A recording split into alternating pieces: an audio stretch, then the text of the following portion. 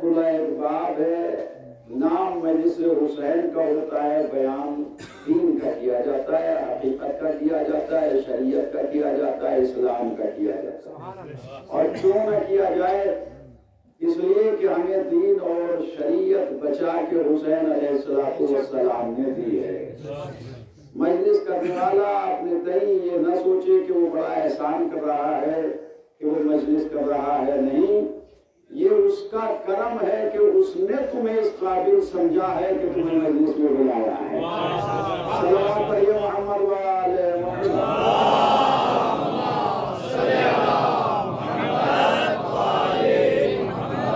توجہ فرمائیے گا، بات میری ختم ہوئی اور یہی تمہید ہے اور یہی تقریر ہے۔ اللہ نے ہدایت کے نظام کو اپنے ہاتھوں میں رکھا ہے۔ اِنَّا عَلَيْنَا لَلْهُدَىٰ وَإِنَّا لَنَا لَلْآخِرَةَ وَالْأُولَىٰ۔ ہدایت کا اختیار ہمیں ہے، یہ انتظام کرنا مجھ اللہ کے ہاتھ میں ہے، میرے اختیار میں ہے، اور یہ ذمہ داری میری ہے، اور دنیا اور آخرت کا اختیار بھی میرے ہی ہاتھوں میں ہے۔ اس دنیا کا اختیار بھی اور آخرت کا مولوی کے ہاتھ میں نہیں ہے، مولوی کے ہاتھ میں اختیار نہیں ہے۔ کوئی اگر یہ سمجھے کہ مولوی صاحب کی ساری باتیں ہمیں وہاں بھی سرفراز کر دیں گی تو یہ ایک دھوکہ ہے۔ توجہ، غور اور فکر کا قدم قدم پہ قرآن مجید بھی حکم دے رہا ہے۔ اللہ کہہ رہا ہے کہ غور کرو، فکر کرو کہ ہم تمہیں کیا سمجھانا چاہتے ہیں۔ توجہ رکھیے گا کہ اللہ کہتا ہے کہ ہم نے یہ نظام اپنے ہاتھ میں لیا۔ نظام ہدایت کس کا ہے؟ اللہ کا۔ ہدایت کرنے کی ذمہ داری کس کی ہے؟ اللہ کی۔ تو ہادی بنانے کی ذمہ داری بھی اللہ ہی کی ہے۔ میں یہاں سے اپنی بات شروع کرنا چاہتا ہوں۔ قرآن مجید میرے سامنے ہے، آپ بھی متوجہ ہیں کہ اللہ کچھ مشرکین کا ذکر کر رہا ہے۔ اللہ اپنی کتاب میں مشرکین کا ذکر کر رہا ہے۔ مشرک کسے کہتے ہیں؟ جو غیر اللہ کو سجدہ کرنے والا ہو، جو بتوں کو پوجنے والا ہو، اسے کہتے ہیں مشرک۔ اللہ انہی مشرکین کا ذکر کرتے ہوئے قرآن مجید میں ارشاد فرماتا ہے، سورہ زمر ہے، اللہ کہتا ہے سورہ لقمان، ارشاد ہوتا ہے لَإِن سَأَلْتَهُمْ مَنْ خَلَقَ السَّمَاوَاتِ وَالْأَرْضَ۔ حبیب، میرے رسول، میرے مصطفیٰ، اگر آپ ان مشرکین سے پوچھیں کہ زمین اور آسمان کو کس نے خلق کیا ہے، لَيَقُولُنَّ اللَّهُ، تو وہ جواب میں یہ کہیں گے کہ اللہ نے خلق کیا ہے۔ توجہ کیجئے گا، بالکل میں مرتب کر کے گفتگو آپ حضرات کی خدمت میں پیش کرنا چاہتا ہوں تاکہ چھوٹا بھائی بھی ہم سن بھی گفتگو کے ساتھ ساتھ چلے۔ توجہ رکھیے گا، لَإِن سَأَلْتَهُمْ مَنْ خَلَقَ السَّمَاوَاتِ وَالْأَرْضَ، میرے رسول، میرے حبیب، آپ ان سے پوچھئے۔ کن سے پوچھئے؟ مشرکین سے پوچھئے۔ خدا کے واسطے مجھے دیکھیے، میں ڈسٹرب ہوتا ہوں اگر ایک دو بھی ادھر ادھر دیکھتا ہے، میری سمجھ میں بات نہیں آتی۔ غور کیجئے گا، بہت توجہ چاہ رہا ہوں۔ لَإِن سَأَلْتَهُمْ مَنْ خَلَقَ السَّمَاوَاتِ وَالْأَرْضَ، اگر آپ ان مشرکین سے پوچھیں کہ زمین اور آسمان کا خالق کون ہے، لَيَقُولُنَّ اللَّهُ، تو وہ جواب میں کہیں گے کہ اللہ خالق ہے، اللہ خالق ہے۔ قُلِ الْحَمْدُلِلَّهِ بَلْ أَكْثَرُهُمْ لَا يَعْلَمُونَ، ساری تعریف اللہ کے لیے ہے، لیکن بعض اکثر لوگ ایسے ہیں جو اس بات کو سمجھتے نہیں ہیں۔ تو مشرک کا عقیدہ پہلی منزل میں کیا ہے؟ زمین اور آسمان کا خالق اللہ۔ اب آئیے سورہ عنکبوت کی 61 نمبر کی آیت پڑھتا ہوں جس میں بالکل بیان یہ الفاظ ہیں، ذرا سی تبدیلی کے ساتھ ارشاد ہوتا ہے وَلَئِن سَأَلْتَهُمْ مَنْ خَلَقَ السَّمَاوَاتِ وَالْأَرْضَ وَسَخَّرَ الشَّمْسَ وَالْقَمَرَ، میرے نبی آپ ان سے پوچھئے زمین آسمان کا خالق کون ہے، چاند اور سورج کو خلق کرنے والا کون ہے؟ یہ جواب میں یہ کہیں گے کہ اللہ۔ پھر 63 نمبر کی، یعنی ایک آیت بیچ میں رکی، اس کے بعد 63ویں جو سورہ عنکبوت کی آیت اس میں پھر ارشاد ہوتا ہے لَإِن سَأَلْتَهُمْ مَن نَزَّلَ مِنَ السَّمَاءِ مَاءً فَأَحْيَا بِهِ الْأَرْضَ مِن بَعْدِ مَوْتِهَا لَيَقُولُنَّ اللَّهُ۔ میرے رسول اگر آپ ان سے پوچھئے، کن سے؟ مشرکین سے اگر آپ یہ پوچھیں کہ یہ آسمان سے جو پانی برساتا ہے، بارش کرتا ہے، یہ کون ہے، تو وہ کہتے ہیں کہ اللہ۔ زمین اور آسمان کا خالق کون ہے؟ اللہ۔ آپ ہی نہیں کہہ رہے، اور کیجئے گا، یہ آپ ہی نہیں کہہ رہے، مشرک بھی یہی کہہ رہا۔ چاند اور سورج اور ستاروں کو بنانے والا کون ہے؟ اللہ۔ آسمان سے پانی برسانے والا کون ہے؟ اللہ۔ یعنی اتنی توحید تو مشرک کے پاس بھی ہے۔ اور خدا کے واسطے غور کیجئے گا کیا بات ہے، یہ توحید تو مشرک کے پاس بھی ہے۔ اب آئیے میں آپ کے ذہنوں کو اور قریب کرتا ہوں۔ سورہ صاد ہے، مشہور و معروف قصہ ہے، مجھے اس قصے کی تفصیلات نہیں پڑھنی ہے، لیکن ذرا سا بتانا یہ چاہتا ہوں کہ توحید کیا ہے۔ توجہ کیجئے گا اہل علم حضرات، صاحبان فکر و نظر، میرے سارے بزرگ بیٹھے ہوئے ہیں، خدا ہم سب کو توفیق دے حق سمجھنے کی۔ توجہ کیجئے گا، مشرک کیا کہتا ہے؟ زمین و آسمان کو خلق کس نے کیا؟ اللہ نے۔ چاند اور سورج کو خلق کس نے کیا؟ اللہ نے۔ آسمان سے پانی کس نے بسایا؟ اللہ نے۔ اب آئیے ارشاد ہوتا ہے، اللہ نے کہا، آیت نہیں پڑھوں گا، صرف ترجمہ کر رہا ہوں۔ اللہ کہہ رہا ہے کہ جب میں اذ قال ربک للملائکۃ انی جاعل، اے فرشتوں، جب میں اپنا خلیفہ بناؤں، جب میں زمین میں اپنا خلیفہ بناؤں، دیکھو میں ایک بشر بنانے والا ہوں، انی خالق بشرا من طین، میں مٹی سے ایک بشر بنانے والا ہوں۔ اچھا تھوڑی زحمت فرما لیجئے، بعد میں آنے والوں کو پریشانی نہیں ہوگی، اگر سے تقریر ہو رہی ہے، ایک سیکنڈ کے لیے تھوڑا قریب آ جائیے، میرے پاس بیٹھیے تاکہ مجھے حوصلہ طاقت بھی محسوس ہو۔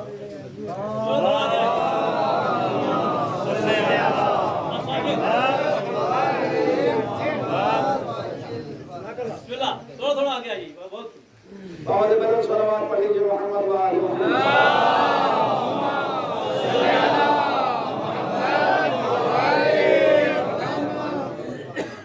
توجہات کیجئے گا، بہت ٹائم بہت قیمتی ہوگا۔ دنیا میں سب سے زیادہ قیمتی چیز وقت ہے، دنیا میں سب سے زیادہ قیمتی وقت ہے۔ یہ سینکڑوں گھنٹے صرف ہو رہے ہیں اس ایک گھنٹے کے اوپر، تو ہمیں یہاں سے کچھ شعور اور عقل لے کے یہاں سے الحمدللہ مجلس حسین سے جانا۔ توجہ رکھیے گا، میں بات کو مربوط کر رہا ہوں جو ابھی دو چار میرے بھائی آئے ہیں۔ مشرک کیا کہتا ہے؟ زمین اور آسمان کو خلق کرنے والا اللہ ہے، چاند اور سورج اور ستاروں کو خلق کرنے والا اللہ ہے، آسمان سے پانی برسانے والا اللہ ہے۔ اور اب یہاں اللہ کہہ رہا ہے انی خالق بشرا من طین، میں مٹی سے ایک بشر بنانے والا ہوں، میں مٹی سے بنانے والا ہوں، میں مٹی سے بنانے والا ہوں۔ بھائی بشر تو ہوتا ہی مٹی کا ہے، یہ مٹی کی تاکید کیوں ہے؟ اللہ یہ کہنا چاہ رہا ہے اے خاکی کچھ نوری بشر بھی ہے، میں مٹی سے بشر بنانے والا ہوں۔ فَإِذَا نَفَخْتُ فِيهِ مِن رُوحِي، اگر جب میں اس میں اپنی روح پھونک دوں، فَقَعُوا لَهُ سَاجِدِينَ، تم سب کے سب سجدہ کرنا، سب کے سب سجدہ کرنا، سارے فرشتوں کو، معصوم قوم کو اللہ نے کہا کہ تم سارے کے سارے سجدہ کرنا۔ فَسَجَدَ الْمَلَائِكَةُ، فرشتوں نے سجدہ کیا، كُلُّهُمْ أَجْمَعُونَ، کوئی بھی نہیں بچا، سارے۔ کلہم کہہ کے تاکید کہہ رہا ہے اجمعون، جب کلہم کہہ دیا تو سب ہو گئے نا، مگر پھر تاکید اجمعون، کسی کے ذہن میں یہ شک نہ جائے کہ کوئی فرشتہ آدم کے سجدے سے بچ گیا تھا۔ کلہم اجمعون، سب نے سجدہ کیا الا ابلیس ابا فاستکبر وکان من الکافرین، ابلیس نے سجدہ نہیں کیا، وہ تھا ہی کافر، اس نے غرور کیا، استکبر، غرور کیا۔ میری طرف دیکھو جوانو، غرور کیا۔ غرور کرنا شیطان کا کام ہے۔ کوئی اگر کسی کے دل میں کبھی اگر غرور آئے تو وہ سوچے کہ سب سے پہلا یہ کام کس نے کیا تھا؟ شیطان نے۔ اللہ نے کہا کانا من الکافرین، کافرین میں سے تھا۔ کن میں سے تھا؟ کافرین میں کافر تھا، نالائق تھا، بدبخت تھا، برا تھا، جو کچھ بھی آپ کہہ لیجئے، ابھی وہ لفظ نہیں کہہ رہا ہوں تو اللہ نے آخر میں کہا کافرین میں تھا، فرشتوں کی بزم میں، معصوم لوگوں میں۔ ہم یہ ہے کہ علماء یہاں تک لکھتے ہیں کہ سید الملائکہ ہو گیا تھا، فرشتوں کو پڑھایا کرتا تھا، لمبے لمبے سجدے کرتا تھا، ہے نا؟ میں کہتا ہوں جب تھا کافر تو پہچانا کیوں نہ گیا؟ اللہ کہہ رہا تھا ہی کافر، یہ فرشتوں کو دھوکہ کیوں لگ گیا؟ یہ فرشتوں کو، شیطان کو پہچاننے میں دھوکہ کیوں لگ گیا؟ جب میں نے اپنے استاد سے پوچھا سرکار یہ بتائیے آخر اس کی وجہ کیا ہے؟ جواب دینے لگے سنو، عبادت پردہ ہی ایسا ہے جو بڑے بڑے شیطانوں کو اپنے اندر سے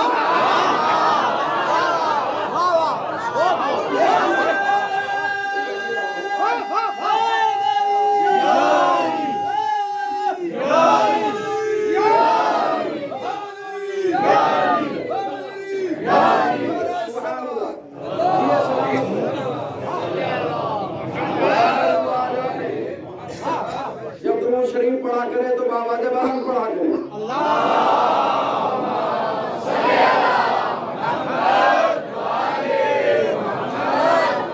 اور دوستو دیکھیے کیوں پڑھا کریں؟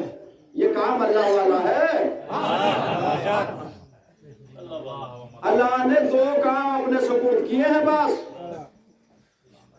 دو کام، رکنے نہیں ہے بات، آئیے تو عرض کر رہا ہوں، ایک درود ایک لعنت۔ اللہ نماز نہیں پڑھتا، اللہ روزہ نہیں رکھتا، اللہ حج نہیں کرتا، مگر درود بھی پڑھتا ہے اور لعنت بھی کرتا ہے۔ میں نے کہا یا اللہ کیا ہم کافی نہیں ہے؟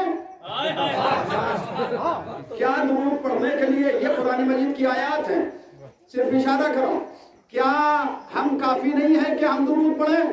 توجہ رکھیے، میری طرف دیکھیے، کیا بندے درود نہیں پڑھ سکتے؟ تو نے کہا نماز پڑھو، نہیں پڑھ رہے، روز کہا تم سمجھتے نہیں ہو، میں حکم دیتا ہوں نماز پڑھو، کبھی پڑھتے ہیں کبھی نہیں پڑھتے۔ میں نے کہا روزہ رکھ، کبھی رکھتے ہیں نہیں رکھتے، ان پہ کیا بھروسہ؟ یہ کام میں نے اپنے سپرد کیا ہے۔ دیکھیں اب یہاں بھی ایک بات ہاتھ جوڑ کر کر رہا ہوں، کچھ لوگ بڑے ڈرتے ہیں، گھبراتے ہیں کہ بھائی کف لسانی کرو، کچھ زبان سے کچھ نہ کہو، زبان سے کچھ نہ کہو، لعنت نہ بھیجو کسی پہ، لعنت نہ بھیجو۔ اسی لیے تو اللہ نے کہا تھا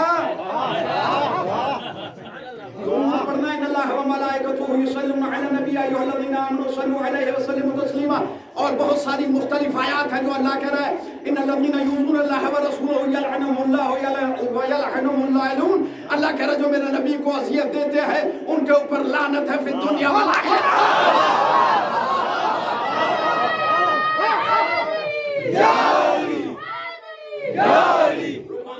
جو اللہ کی دی ہوئی ہدایت، ان الذین یکتمون، وہ لوگ جو اللہ کی دی ہوئی ہدایت کو چھپاتے ہیں، اور اگرچہ ہم نے اس ہدایت کا ذکر توریت میں بھی کیا ہے، انجیل میں بھی کیا ہے، زبور میں بھی کیا، یلعنہم اللہ ویلعنہم اللاعنون، اللہ بھی لعنت کرتا ہے اور کچھ لوگ بھی ہیں جو اللہ کے ساتھ لعنت کرتے ہیں۔ صلوات پڑھیے محمد والے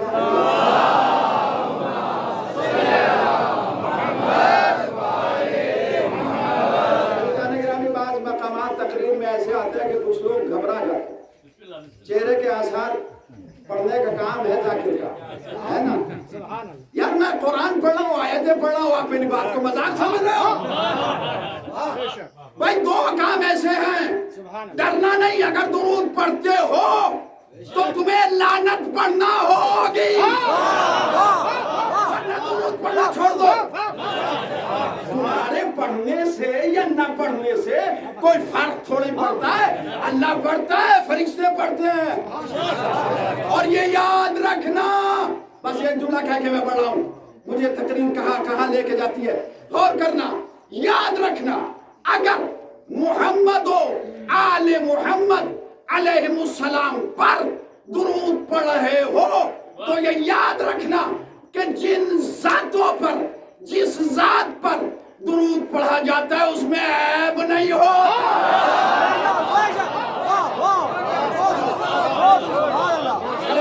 محمد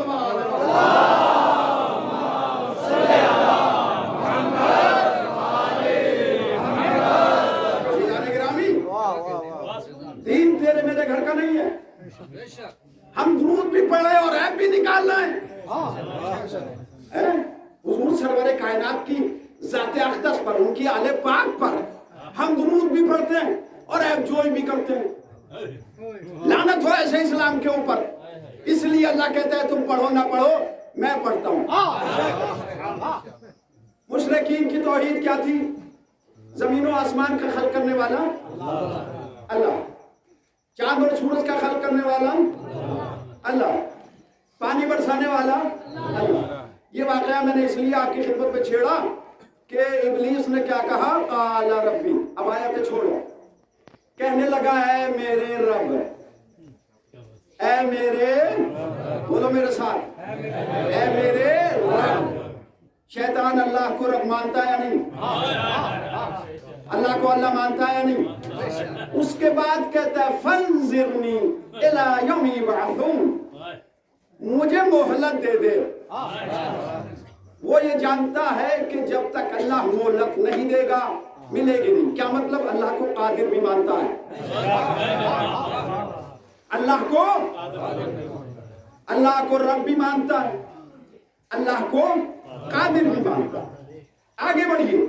الی یوم یبعثون، مجھے قیامت تک مہلت دے. اللہ نے کہا تجھے مہلت ہے مگر الی یوم، وقت معلوم، وقت معلوم تک ہے. اس کا یہ کہنا کہ مجھے قیامت تک مہلت دے، اس کا مطلب یہ ہے کہ شیطان عقیدہ قیامت بھی رکھتا ہے.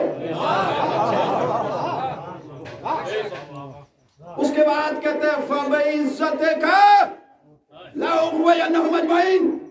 اے میرے رب، اے میرے قادر اللہ، تیری عزت کی قسم کھا رہا ہوں بہکاؤں گا سب کو. آگے نہیں جا رہا ہوں، اس لفظ کو لے کے میں بڑھوں. فَبِعِزَّتِكَ، شیطان اللہ کی عزت کا بھی قائل ہے. ہائے ہائے میرے دوستو، خدا سلامت رکھے. آپ نے دیکھا مشرکین کی توحید کا کیا معاملہ ہے، یہاں ابلیسی توحید کا کیا معاملہ ہے. اللہ کو قادر بھی مانتا ہے، اللہ کو رب بھی مانتا ہے، اللہ کو عزت دار بھی مانتا ہے. قیامت کا یہ عقیدہ بھی ہے. اللہ نے کہا مجھے مانتا ہے. کہا یا اللہ تجھے مانتا ہوں. کہا مجھے مانتا ہے. کہا تجھے مانتا ہوں، تجھی کو مانتا ہوں، بس تجھی کو مانتا ہوں، بس تجھی کو مانتا ہوں. اللہ نے کہا تیرے اوپر لعنت ہو.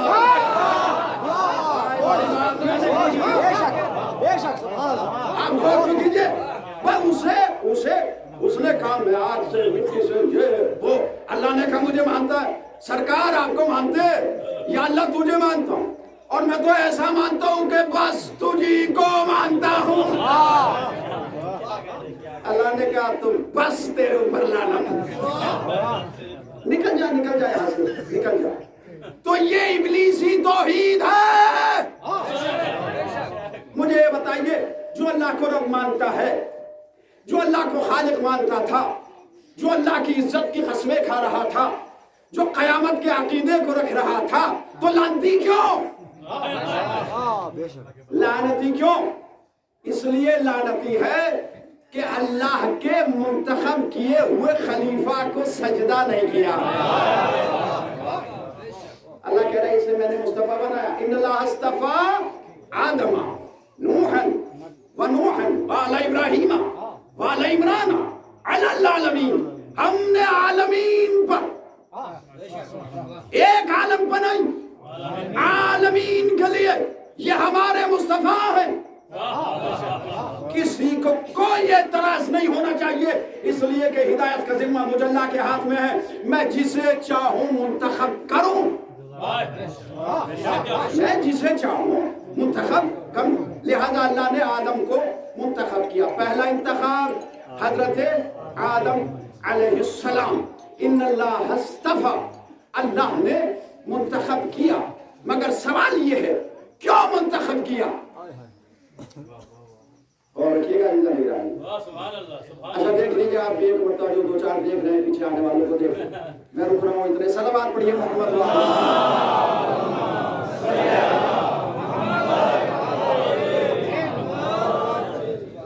تو توحید کیا ہوئی؟ بڑا فہیم و ذکی مولائی مجمع میرے سامنے، میں جس کو سننے والا ذوق رکھنے والا، ذوق علمی رکھنے والا، توحید کیا ہوئی؟ توحید اس وقت تک مکمل نہیں ہوگی، آپ کہتے رہیے زمین و آسمان کا خالق اللہ، چاند و سورج کو خلق کرنے والا اللہ، پانی برسانے والا اللہ، رب ہمارا اللہ، اللہ کی عزت کے اوپر ہماری جان قربان ہو جائے، ہم قیامت کا بھی عقیدہ رکھتے ہیں۔ اللہ نے کہا خاموش، توحید اس وقت پوری ہوگی کہ جسے میں منتخب کر رہا ہوں اسے تسلیم کر۔ اور اب ایک قدم اور آگے بڑھیے، کیوں کرتا ہے اللہ کسی کو منتخب؟ اللہ کسی کو منتخب کیوں کرتا ہے؟ ان اللہ اصطفیٰ آدم، ڈیٹیل نہیں پڑھا ہوں، صرف اشارے کر رہا۔ اللہ نے کیا کوئی رشتہ داری برتی ہے؟ مجھے بتائیے، انصاف سے بتائیے، کیا اللہ کوئی رشتہ داری برت رہا تھا کہ صاحب نہیں اس لیے میں نے ان کو آدم کو بنایا ہے، روح پھونکی ہے؟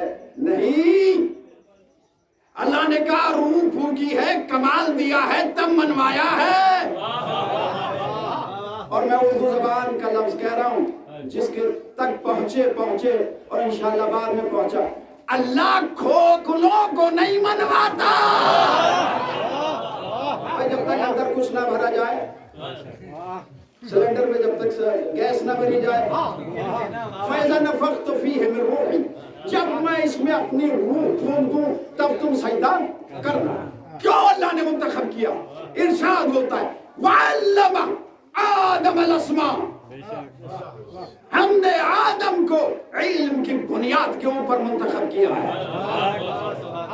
اور ایک بالکل کلیہ قرآن مجید، عام اصول قرآن مجید بیان کر رہا ہے۔ دیکھو، چاہے وہ آدم ہو، چاہے خاتم، یا خاتم کے بعد قیامت تک کی ہدایت، میں نے کسی جاہل کو ہادی نہیں بنایا، میں نے کسی جاہل کو، بہتر دیکھیں، میں نے کسی جاہل کو ہادی نہیں بنایا۔ یا اللہ کوئی اسٹیٹمنٹ تم نے دیا ہے قرآن میں؟ کہا تمہیں بتا تو رہا ہوں ابھی، وَعَلَّمَ آدَمَ الْأَسْمَاءَ، کہا یہ تو خالی آدم کی بات ہوئی۔ رب نے کہا سن، وَلَقَدْ أَخْتَرْنَاهُمْ عَلَى عِلْمٍ عَلَى الْعَالَمِينَ، ہم نے اس عالمین پر جس کو بھی ہادی بنایا ہے وہ علم کی بنیاد پہ بنایا ہے۔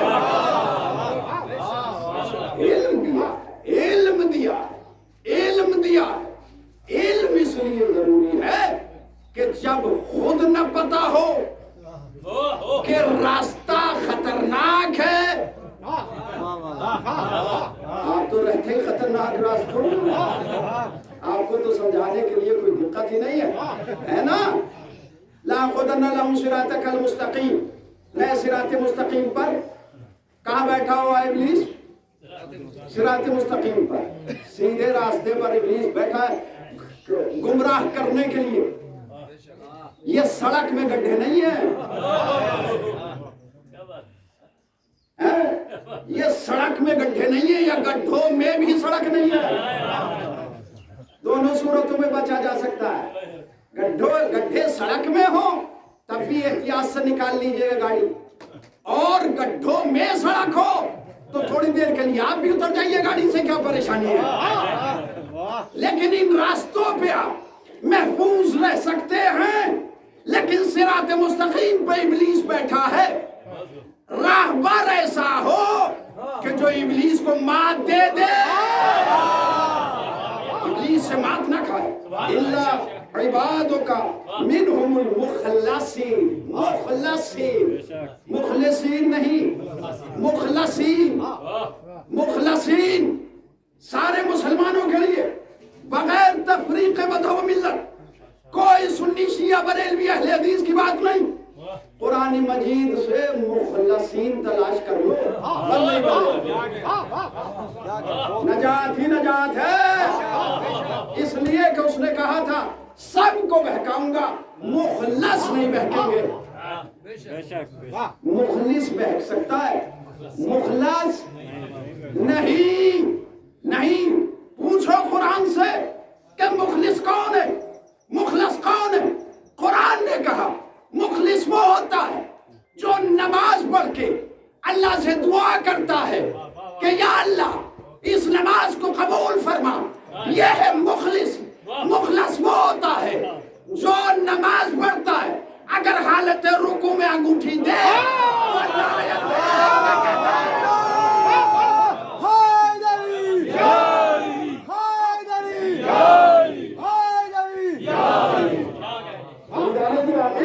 ہمیں تلاش کرنا پڑے گا۔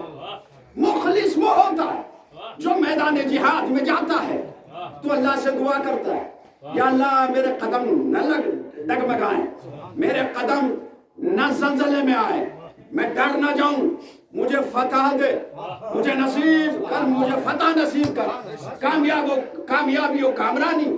یہ ہے مخلص۔ اور مخلص کون ہوتا ہے؟ جب وہ میدان جنگ میں تلوار چلاتا ہے تو رب کہتا ہے کانہم بنیان مرصوص، یہ تو سیسا پلائی ہوئی دیوار ہے، اس سے جو ٹکرائے گا مرے گا، بچے گا نہیں۔ صلوات پڑھیے محمد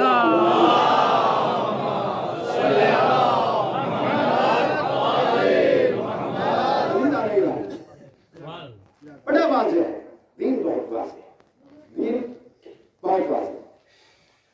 اللہ کہہ رہا ہے کہ میں نے علم کی بنیاد پر منتخب کیا ہے۔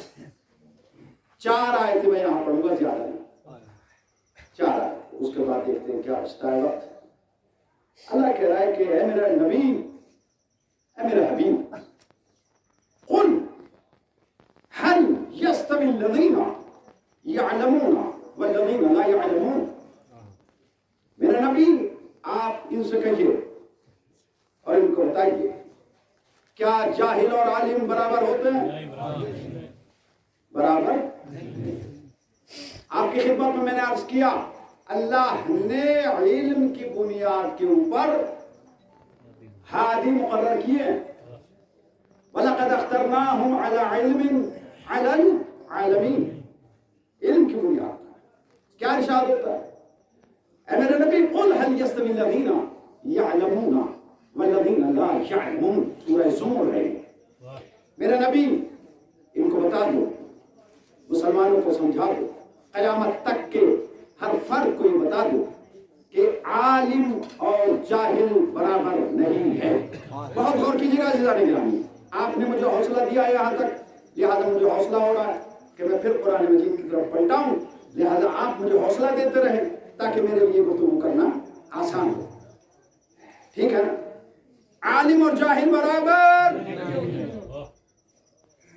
یہ طے ہے، عالم اور جاہل برابر نہیں۔ دوسری آیت سورہ نساء کی پڑھتا ہے، لا يستوي القاعدون من المؤمنين غير أولي الضرر والمجاهدون في سبيل الله بأموالهم وأنفسهم۔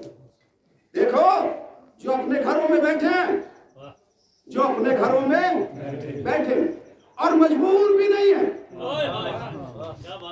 آنے پر میدان جہاد تک مجبور نہیں ہیں، یعنی وہ بیمار بھی نہیں ہیں، لنگڑے لولے بھی نہیں ہیں، بوڑھے بھی نہیں ہیں، اندھے بھی نہیں ہیں۔ یہ جہاد سے معذور ہونے کی شرطیں ہیں یا نہیں ہے؟ کوئی زیادہ بوڑھا ہے تو پھر کیسے جہاد کرے گا؟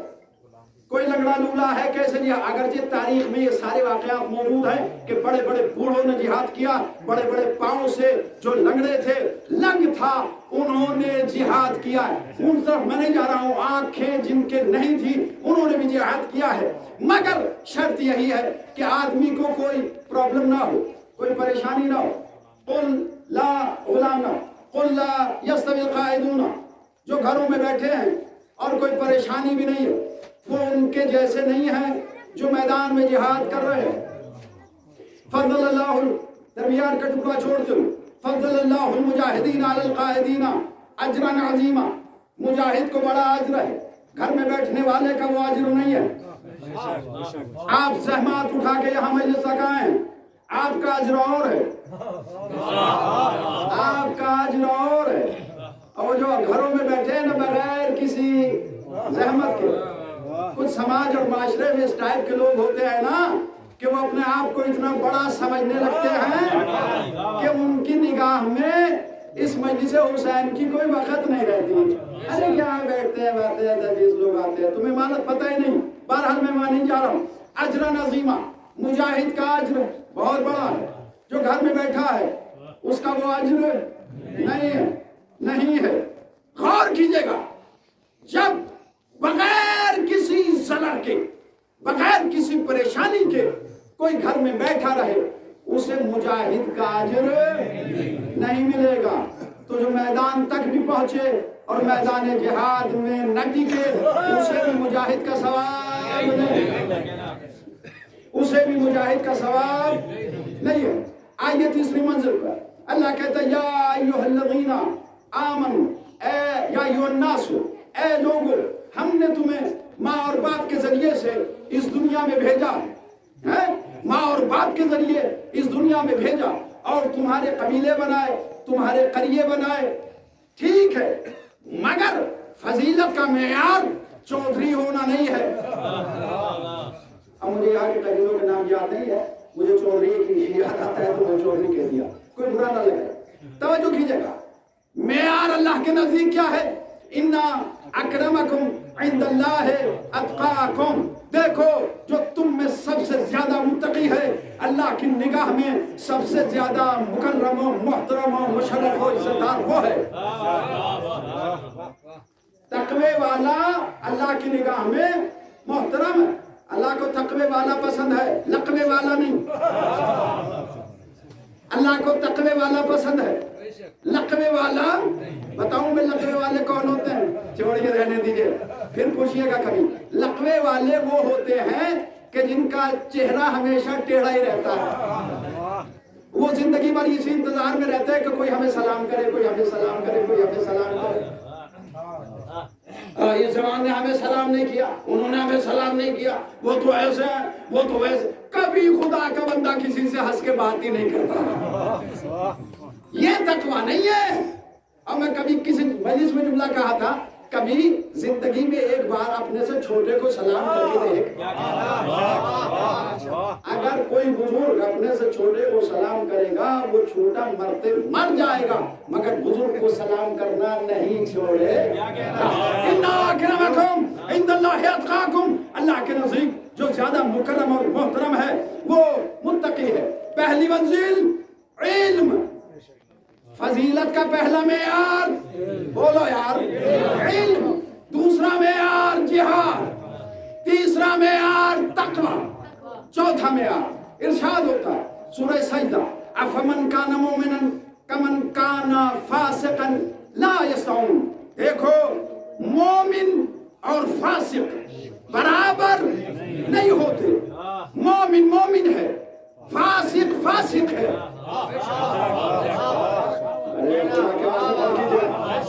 مومن اور فاسق برابر نہیں، اللہ ہمیں سمجھا رہا ہے بے وقوفی نہ کرنا، مومن کو کہیں فاسق نہ کہنا، فاسق کو کہیں مومن۔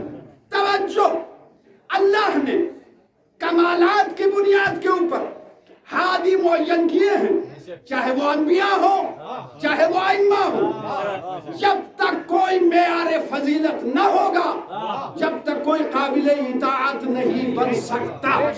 اللہ نے چار اور بھی بہت سارے معیار فضیلت ہیں، میں نے چار کو منتخب کیا۔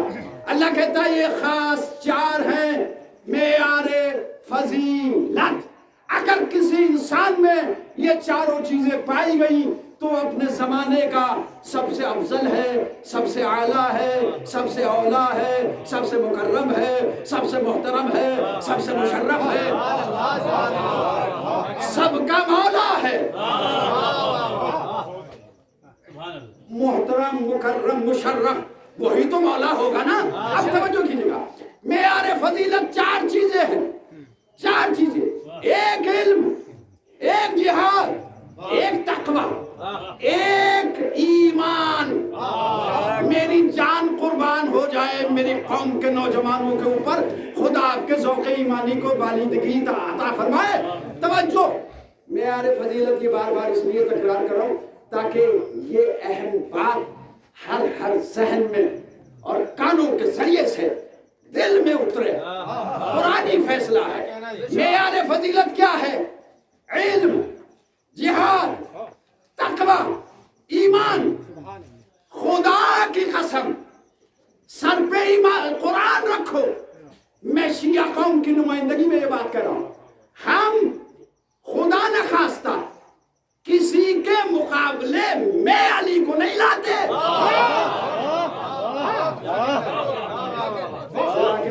خدا کے واسطے غور کیجئے گا کہ یہ علی کو مانتے ہیں اور صحابہ کو نہیں مانتے، ہے نا؟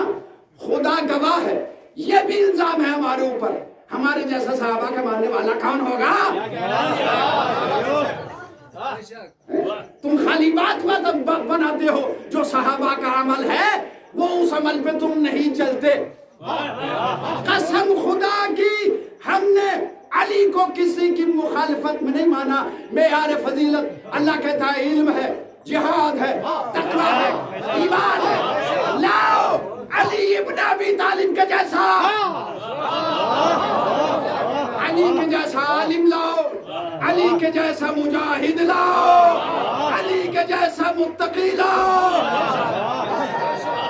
علی کے جیسا صاحب ایمان لاؤ۔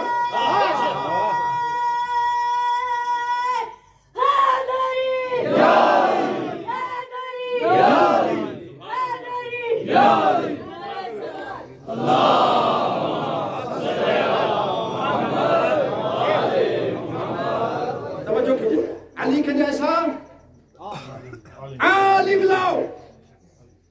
یہ متفق بات ہو رہی، کوئی نہ شیعہ اور شیعہ حدیث پڑھ رہا ہے، نہیں سنی شیعہ سب حدیث میں ہی بات ہے، باقی مدینہ العلم سے پڑھی ہے۔ علی کے جیسا کوئی عالم لاؤ، علی کے جیسا کوئی مجاہد لاؤ، علی کے جیسا کوئی متقی لاؤ، علی کے جیسا کوئی مومن لاؤ۔ علی کے علم کی جب بات آئی تو اللہ نے کہا راسخون فی العلم ومن عنده علم الکتاب، اور پیغمبر کی حدیث نے کہا انا مدینۃ العلم وعلی بابها، اور من اراد العلم، جسے علم چاہیے وہ اس دروازے سے آئے۔ علی سے ہوتا ہوا یہ ہے علم علی، صرف اشارے ہیں، یہ علی کا جہاد ہے۔ جہاد بہتوں نے کیا ہے مگر علی جیسا جہاد کسی نے نہیں کیا۔ کیا کوئی سند بھی ہے کا سند ہے لا فتح علی، ہے نا؟ تاریخ یہی لکھتی ہے علی کی تلوار ٹوٹی، کہتے بہت مرتبہ وہ ٹیڑھی ہوئی اسے سیدھی کرتے رہے، ٹیڑھی ہوتی رہی، سیدھی کرتے رہے، نہ جانے کتنے کافر کٹ رہے تھے۔ پھر جب ٹوٹ ہی گئی یا رسول اللہ، تلوار ٹوٹ گئی، تلوار ٹوٹ گئی، باقی اور بھی مجاہدین کی تلوار ٹوٹی، مگر نبی نے کہا یہ کھجور کی شاخ اٹھا لو، اور نبی کی کرامت سے وہ شاخ تلوار بنتی گئی۔ اور جب علی علیہ السلام کی نوبت آئی تو کہا شاخ نہیں، ٹھہرو، ادھر سے جبریل آیا، یا رسول اللہ لا فتح الا علی۔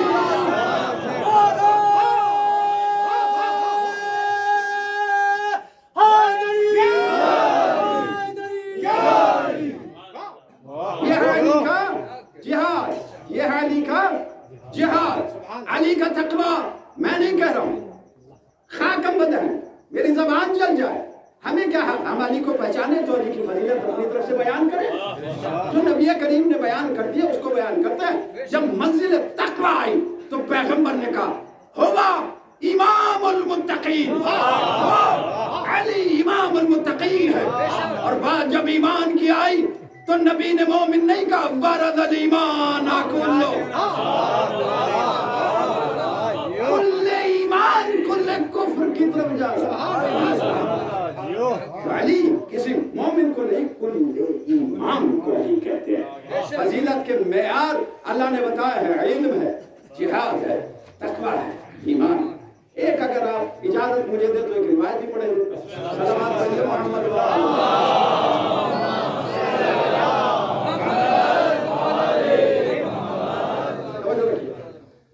الحمدللہ. آپ کا جو وقت سماعت اس وقت معراج کے اوپر ہے اور میں بھی چوتھے آسمان پہ تو ہو نہیں کر سکتا. خدا آپ کو سلامت رکھے. اب یہ بھی مطالعہ کر رہا تھا اور آپ کے موبائل میں بھی یہ ساری چیزیں ہیں. جس کو حوالے چاہیے مجھ سے آ کے لے لیں، ٹھیک ہے. مسند احمد بن حنبل، جلدی جلدی میں 3 حوالے دیکھ پایا. مصنف ابن ابی شیبہ، مستدرک حاکم، یہ 3 حوالے میں دیکھ پایا. میں کہا چلو 3 ہی بہت، ماننے والوں کے لیے تو ایک ہی بہت. اور یہ حوالے یہ اس لیے جاتے ہیں کہ بھائی کوئی اپنی طرف سے گڑبڑ کے نہیں پڑھ رہے ہیں، یہ لکھے ہوئے ہیں. سنی شیعہ تاریخوں میں یہ باتیں لکھی ہیں تو مانو بھائی، مانو. اس لیے یہ حوالے پیش کیے جاتے ہیں. کئی حوالات تو یہ کر رہا ہے خطیب. توجہ رکھیے گا. اب آپ کی خدمت میں روایت پیش کرتا. حضرت آتے آتے ابو سعید خدری، یہاں تک یا خدری، یہاں تک یہ بڑے مشہور معروف صحابی ہیں رسول گرامی کے. وہ کہتے ہیں کننا فی المسجد، ہم مسجد میں تھے، یعنی مسجد نبوی میں تھے. ہم مسجد نبوی میں سارے کے سارے موجود تھے اور ہماری حالت یہ تھی کانا جیسے طائر سروں پہ بیٹھا ہوا ہوتا ہے. یعنی بالکل ہم متوجہ تھے، ادھر ادھر ہل ڈل نہیں رہے تھے، ادھر ادھر بھی نہیں دیکھ رہے تھے. جو مجلس میں ادھر ادھر دیکھتے ہیں نا ان کا قرآن نے حال بیان کیا ہے. بتاؤں تو سنو، قرآن مجید نے حال ان کا یہ بیان کیا ہے کہ جب مجلس پڑھا کرتے تھے، مجلس کہہ لیجئے، خطبہ کہہ لیجئے، تقریر کہہ لیجئے، کچھ تو کہیے. نبی کریم جب بیان فرمایا کرتے تھے تو سارے سجن تھوڑے ہی تھے، ہر ویل کا آتا تھا، کچھ دھیان سے سنتے تھے، کچھ ایسے ہی کبھی ادھر دیکھ لیا کبھی ادھر دیکھ لیا. کھانے میں کتنی دیر ہے، یہ پانی کون لایا، اور کام میں کسی کے کچھ کہہ دیا ہے نا، تو ذرا سی باتیں بھی کر لی، اچھی پڑھ رہا ہے بھائی مولوی. اس طرح کی یہ ساری تو یہ دھیان ہٹانے کی باتیں ہیں، ہے نا، دھیان ہٹانے والی. تو وہاں جب مجلس رسول میں حضور تقریر فرمایا کرتے تھے تو بعد باہر نکل کے اصحاب کہتے تھے ماذا قال آنفاً، یہ ابھی بھی کیا کہہ رہے تھے، یہ ابھی کیا فرما رہے تھے حضور. پوچھتے ہیں کس سے، رکو العلم. اب میں ساری بات نہیں پڑھ رہا ہوں، میں نے اشارہ کر دیا کہ جس کا دھیان مجلس میں ہوتا ہے وہ بعد میں جا کے پوچھتا نہیں ہے کہ کیا پڑھ رہے تھے بھائی. یا تو مجلس میں آ کے کوئی سو گیا یا دھیان ادھر ادھر، تب یہ بات ہوتی ہے. توجہ، حضرت ابو سعید کہتے ہیں رضی اللہ تعالیٰ عنہ، کہتے ہیں کہ ہم مسجد میں ایسے تھے، ہم تنگوش کہ پرندہ جیسے سروں پہ بیٹھا ہوا ہو، نبی کی بات سننے کے لیے بالکل بالکل متوجہ تھے کہ ایسے میں نبی کریم تشریف لائے اور لانے کے بعد آپ نے اعلان فرمایا ایھا الناس، لوگو، اما منکم من یقاتل علی تعویل القرآن کما قاتلتم علی تنزیلہ. اے مسلمانوں، اے میرے پیارے صحابیوں، اے اللہ والو، اے قرآن والو، یہ الفاظ میں ادا کر رہا ہوں تاکہ بات بالکل ذہنوں سے قریب ہو جائے. آپ فرماتے ہیں کیا تم میں کوئی ہے اما منکم من یقاتل الناس علی تعویل القرآن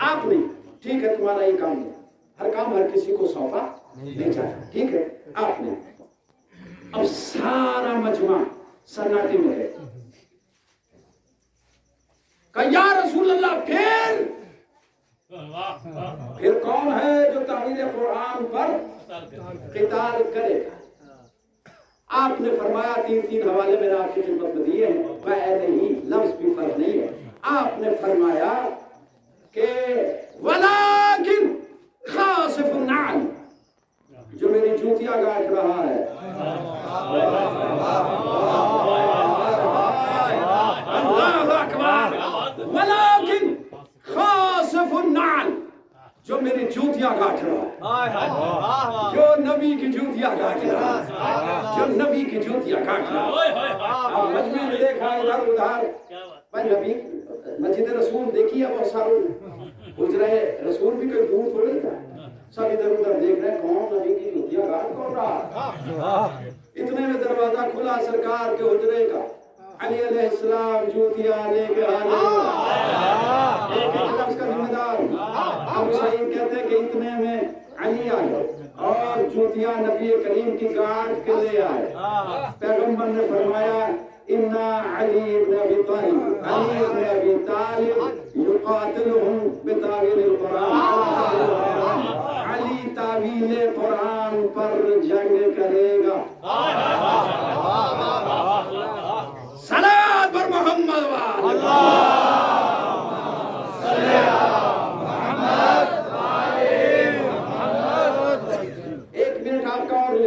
اور پھر آپ سے جائے. کون ہے جو تعویل پہ جہاد کرے گا؟ علی ابن ابی طالب. اور کر کیا رہے؟ جوتیاں کر رہے ہیں, جوتیاں اصلاح فرما رہے ہیں نبی کریم کی نعلین. اللہ اکبر, اللہ اکبر, نبی کریم کی نعلین اصلاح فرما رہے ہیں. اچھا بار بار ٹوٹتی تھی نبی کی جوتی بھی اور علی کی بھی. بھائی جن جوتوں سے کام لیا جائے, اب میرے جوتے 100 سال پرانے لگ رہے ہیں, مجھے پہاڑوں میں چلنا ہوں, بارش میں چلنا ہے نا, تو بھیا جتنا کام لوگے, آپ کی گاڑی کے ٹائر کتنی جلدی ختم ہو جاتے ہیں. پلین میں جاؤ گے زیادہ چلے گے, یہاں تمہاری گاڑی کے ٹائر ایک دم ختم ہو جاتے ہیں کہ بھیا پہاڑوں میں چلتی ہے, اس لیے ٹائر خراب ہوتے ہیں. تو جوتی اسی کی تو خراب ہوگی جو کچھ کام کرے گا, چلے گا, کبھی رکاب میں پاؤں ڈالے گا, کبھی نکالے گا. گھر بیٹھے بیٹھے آرام کرتے کرتے جوتے کہاں خراب ہوتے ہیں, ٹھیک ہے نا, توجہ. اور یہ جوتے کوئی معمولی جوتے نہیں تھے نبی کریم کے, یہ وہ جوتے تھے جو گوشوارِ عرش بنے, گوشوارِ عرش بنے, گوشوارِ عرش بنے.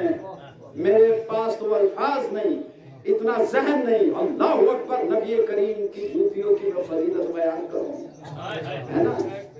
اچھا فضائل ختم کروں کہ اور 5 منٹ تو کتنا ٹائم ہو گیا؟ صلوات پڑھیے.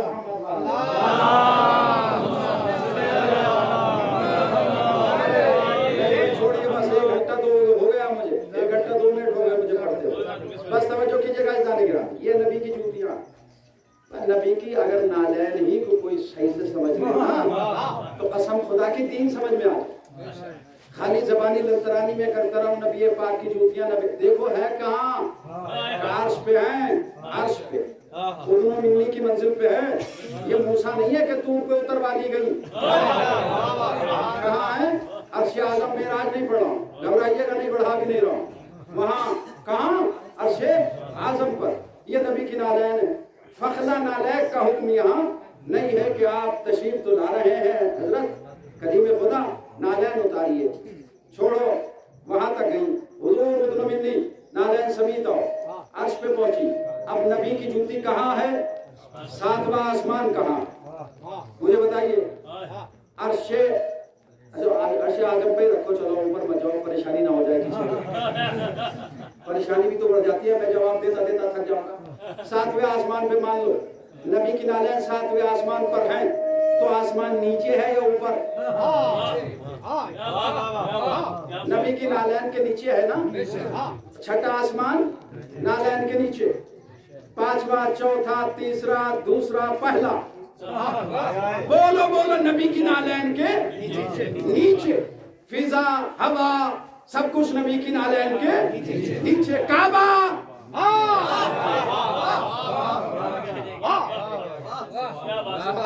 میں پڑھا نہیں رہا ہوں. نبی کی کعبہ کہاں ہے؟ نبی کی نالین کے نیچے. نبی کی نالین کے نیچے. سارا کچھ نبی کی نالین کے نیچے. اور نبی کی نالین کہاں ہے؟ نبی کے پاؤں کے نیچے. نبی کے قدم کے نیچے. نبی کے قدم کے نیچے. نبی کا قدم اوپر نالین نیچے. قدم سے اوپر آتی ہے پنڈلی. نبی کی پنڈلی اوپر نالین نیچے. پنڈلی سے اوپر آتا ہے زانو. نبی کا زانو اوپر نالین نیچے. زانو کے اوپر آتا ہے شکم. نبی کا شکم اوپر نالین بولو نالین نیچے. شکم کے اوپر آتا ہے سینہ صدر. صدر محترم جس کی قسم کھائی اللہ نے. ٹھیک ہے نا. سینہ اوپر نالین نیچے. سینے کے اوپر ہے دوش مبارک. نبی کا دوش اوپر. نبی کا دوش اوپر. نبی کا سینہ نیچے. نبی کا سینہ نیچے. نبی کا دوش اوپر. نبی کے دوش کے اوپر مہر نبوت. مہر نبوت بولو اوپر. نبی کا دوش نیچے. مہر نبوت. نبی کا دوش نیچے. مہر نبوت اوپر اور مہر نبوت نیچے. علی کا قدم.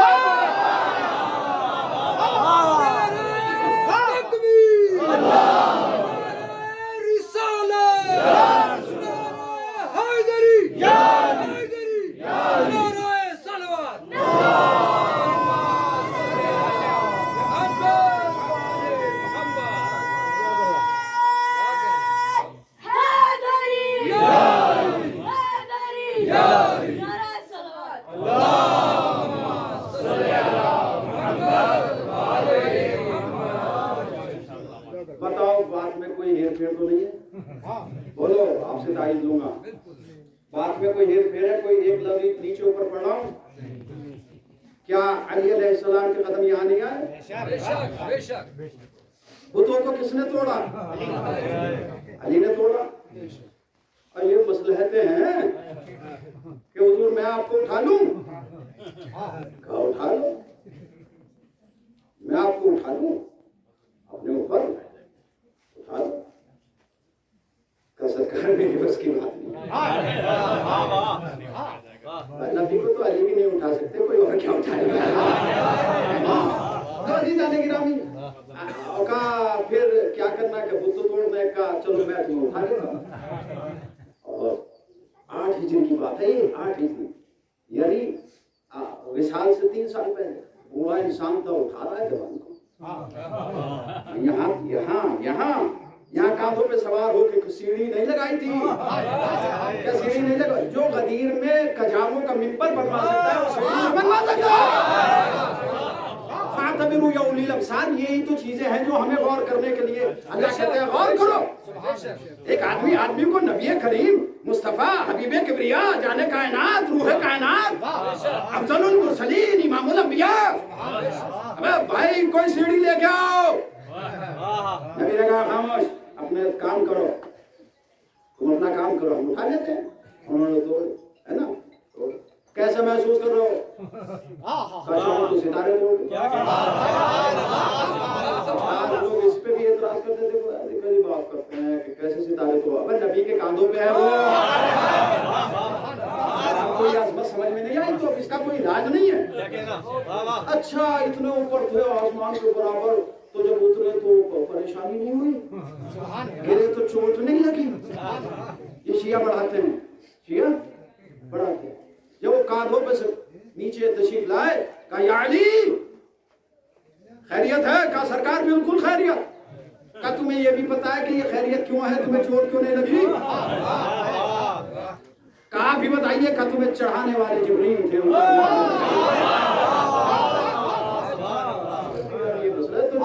علی گاٹھا کرتے تھے جوتیاں. آخری لفظ ہے لکھا, جوتیاں کون کاٹتا تھا؟ علی. علی نبی کی نالین کی اصلاح فرمانے والا علی. آپ نے دیکھا کہ نبی کی نالین کی اصلاح بھی ہر کوئی نہیں کر سکتا. جب نالین کی کوئی اصلاح نہیں کر سکتا تو نظام امت اسلام کی کوئی اصلاح کیسے کر سکتا ہے؟ اللہ یہ ہستیاں ہیں کہ جو انتخاب کے دگا منتخب کے دگا مصطفیٰ کے دگا. ان اللہ اصطفیٰ آدم نوحا بعد ابراہیم ونوحا بعد ابراہیم وعلی ابراہیم خلق العالمین. یہ اللہ کے منتخب بندے تھے جو کربلا کے میدان میں رب کی بارگاہ میں قربانی پیش کر رہے تھے.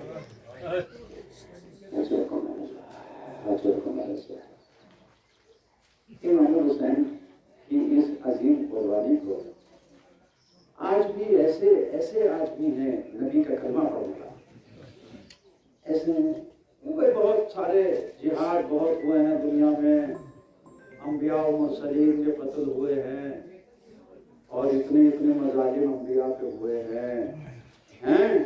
تو پھر اگر ایسے ہی 10 20 دن 2 مہینے 8 دن سب کا ذکر کریں تو ہم تو اسی کام کے رہ گئے. ایسے ہیں ساری چیزیں محفوظ ہے یا نہیں, ایسے ہیں. تو میں کہتا ہوں بھیا آپ کو کون ضد کر رہا ہے کہ آپ جو ہے ذکر حسین کیجیے, آپ اپنا کاروبار حیات کیجیے, بزنس کیجیے. ہم تو تمہیں اس وقت دیکھیں گے جب نبی کے پاس مقام محمود پہ آؤ گے, یا رسول اللہ شفاعت کرائیے, یا رسول اللہ شفاعت کرائیے. کہ یہ بتاؤ کو کچھ لے کے آئے ہو شفاعت کے لیے؟ بغیر محبت آل رسول کے رسول شفاعت نہیں کریں گے. نہیں, اس لیے کہ اگر کسی کے پاس آپ سفارش کے لیے جاتے ہیں تو کوئی نہ کوئی سورس آپ کے پاس ہے. یا رسول اللہ آپ کے بچوں کے چاہنے والے ہیں, آپ کے بچوں کے خاتموں کے نمائندگی نہیں ہیں. طرح طرح کی لوگ دلیل دیتے ہیں. اجڑ گیا زمین کا چمن کربلا کے بکھر گئے زہرا کی تصویر کے سارے دانے کربلا کی خاک. اجرکم علی الزہرا اجرکم علی اللہ. کبھی بیوی یہاں ٹھوکریں کھاتی تھی, کبھی وہاں جاتی تھی, کبھی قاسم کی لاش کے ٹکڑے محمد کے جنازوں کو سلانا. ہائے بیوی, یہ وہ بیوی ہے رونے والوں نبی کی بیٹی, نہ جسے قبر میں چین ملا اور نہ جسے قبر سے پہلے چین ملا. قبر سے پہلے بھی چین نہ ملا قبر میں جانے کے. ارے جس کی اولاد کو ذبح کر دیا جائے, آخری سلام کرنے کے لیے حسین اماں کی قبر پہ اجرکم علی اللہ روئیے اور پرسہ بی بی زہرا کی خدمت میں, رسول کی خدمت میں پیش کیجیے. آئے اماں, پہلے تو اپنے نانا کو سلام کیا. دیکھیے عجیب میرا رخ ہو گیا تقریر کا مسائل کا, میں کیا کروں, مجبور میں اس منزل پر. پہلے اپنے نانا کے مزار پہ پہنچے. نانا مدینہ چھوڑ رہا. اہل دل بتائیں مجھے, ہمارا جوان جب گھر چھوڑ کے جاتا ہے نا تو کیا دل پر گزرتی ہے, بڑی قیامت ہوتی ہے اپنے وطن کو چھوڑتے ہوئے. نانا اب آپ کے مزار پہ چراغ کون جلایا کرے؟ نانا یہ وہ دن ہے کہ پرندے بھی نہیں چھوڑتے گھر. مجھ کو ان روزوں میں درپیش ہے آفت کا سفر, ہے کہیں قتل کا سامہ, کہیں لٹ جانے کا ڈر. تنگ جینے سے ہوں, پاس اپنے بلا لو نانا, اپنی تربت میں نواسے کو سلا دو نانا. اللہ اکبر. اے نانا, عجیب وقت آ گیا ہے آپ کے نواسے, قبر رسول ہندی. اے میرے حسین, اخرج العراق, جاؤ عراق کی جانب. اللہ اکبر, جا میرے لال, مگر جانے سے پہلے اپنی ماں کو آخری بار سلام ضرور کرو. اچھا نانا, اچھا 3 دن سے تیری مادر کو نہیں قبر میں چین. ہائے ہائے, 3 دن سے تیری مادر کو نہیں قبر میں چین، شب کو آئی تھی میرے پاس یہ کرتی ہوئی ہے، گھر میرا لٹتا ہے فریاد رسول ثقلین، اپنا گھر چھوڑ کے جاتا ہے میرا لال حسین، کہنے آئی ہوں کہ منہ قبر سے موڑوں گی میں، اپنے بچے کو اکیلا تو نہ چھوڑوں گی میں۔ اجرکم اللہ، اجرکم اللہ، اللہ آپ کی روتی ہوئی آنکھوں میں رحمت نازل کرے۔ نانا کو آخری سلام کر کے حسین اماں کے قبر پہ گئے، اور کیسے گئے؟ سر اٹھا کے مسائل سنا کرو، کیسے گئے جیسے حسین مقتل میں علی اکبر کی لاش کو ایسے تاریخ کہتی ہے کہ جیسے ایک چھوٹا بچہ اپنی ماں کی گودی کی جانب دوڑتا ہے، اور یہ کہتے جاتے تھے اماں تمہارا حسین، باہوں کو پھیلا کے تعلیم قبر پہ رکھ دیا، اماں دیکھیے آخری سلام کو آئے ہیں، اماں آپ ہمیں اپنے ہاتھوں سے لقمہ کھلاتی، اماں راتوں کو اٹھ کے ہمیں پانی پلایا کرتی تھی، اماں دیکھیے اب یہ آپ کا لال مدینہ چھوڑ رہا ہے۔ بس میں ختم کرتا ہوں، اور سلام کیا مولا حسین کس انداز میں؟ السلام علیکی یا اماں، مادر گرامی آپ کے اوپر میرا سلام۔ قبر زہرا ہلی اور جواب آیا، بس جواب سن لیجیے اور میں جب ادھر حسین نے کہا اماں سلام، قبر فاطمہ سے آواز آئی وعلیک السلام یا غریب الامہ، ہائے ہائے اے ماں کے غریب بیٹے، تیرے اوپر تیری ماں کا سلام، اے ماں کے مسافر بیٹے اپنی ماں کا سلام، اور ایک جواب نہیں پھر آواز آئی وعلیک السلام یا عطشان الام، اے ماں کے پیاسے بیٹے،